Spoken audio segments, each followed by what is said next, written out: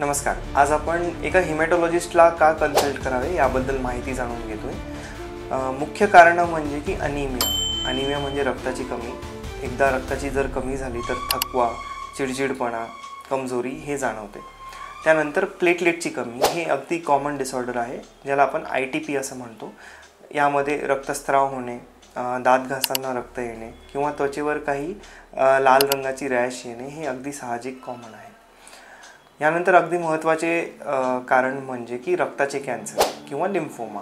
या विशिष्ट रक्ताचे कॅन्सर आणि लिम्फोमाजमध्ये हिमॅटॉलॉजिस्टकडे जाऊन त्यांच्याकडनं जर ट्रीटमेंट घेतली तर हा आजार लवकरात लवकर बरा होऊ शकतो.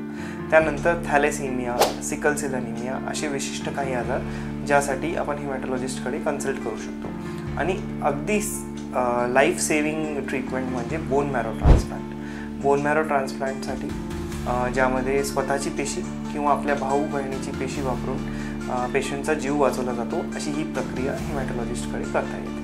धन्यवाद.